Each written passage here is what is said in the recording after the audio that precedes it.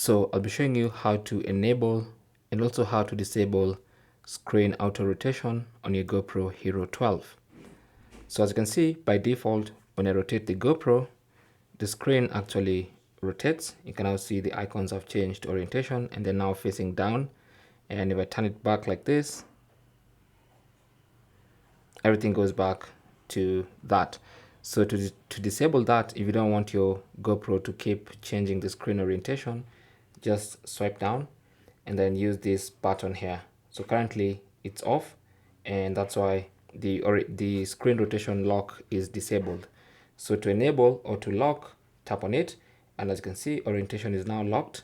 It's going to lock the screen to the current orientation. So as you can see, even if I turn the camera, the screen remains in landscape mode. Okay, once again, to disable that, tap on it again after swiping down, and now when I turn the camera, the screen auto rotates. So that's basically how to enable or disable screen auto rotation on the GoPro Hero 12. Thanks for watching. Comments and questions down below, and good luck.